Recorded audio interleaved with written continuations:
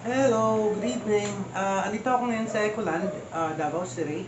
Andito ako sa isang bahay kasi tinatawag ako, ipa-investigar itong bahay kasi marami raw paranormal activity na nangyayari dito.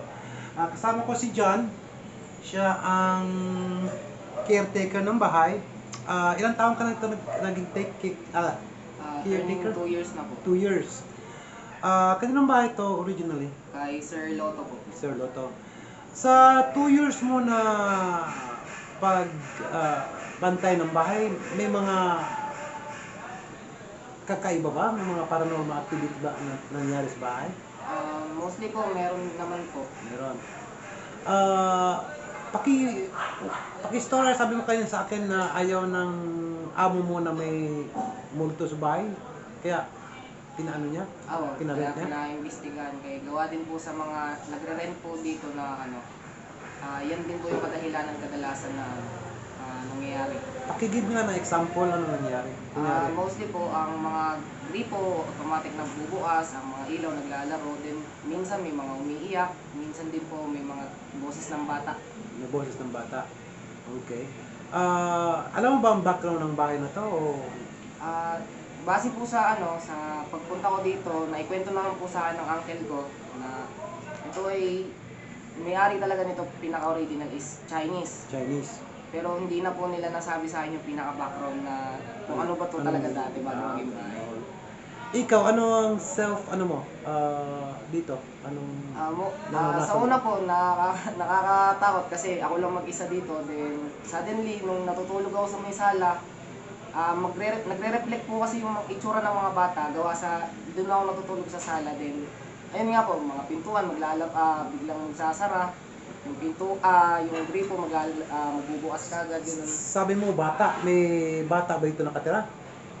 O siguro po kasi may bata bata talaga siya. So may nakita kang bata Apo. na pero walang bata nakatira na nakita mo dito? Apo, wala. Wala, okay. Ano pang ibang yung sa taas, sabi mo kanina na Sa taas naman po, dyan sa may hagdanan, babae na po siya, panik-panaog, kumbaga sa aakyat, bababa, ganun. And then di naman po siya, nananakot talaga, ganun. Makikita mo lang talaga siya, sir. kita mo siya. Okay. Ano pa iba? Sa may kwarto naman po, sa may jacuzzi na Jacuzzi. CR, is doon kadalasan ngayon ng mga babae na nababangungot gawa sa, ang isang babae doon is nagpaparamdam sa kanila. Nagpaparamdam sa kanila. Sa lamisa? Dua ka ba? Dalawa? Dua sila.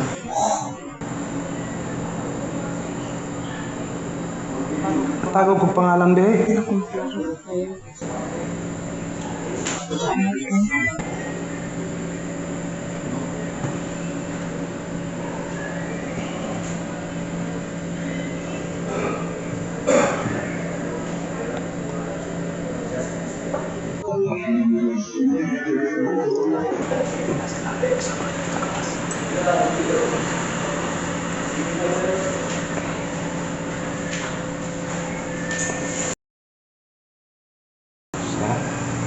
Sa lamisa? Dua ka ba? Dalawa? Dua sila.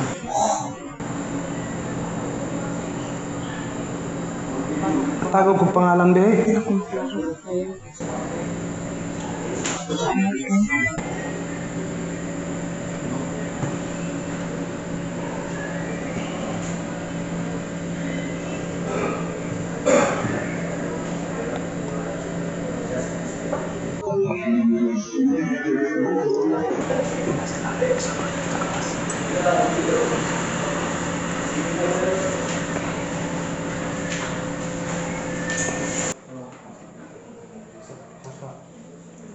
Nasa stairs. Hagdan.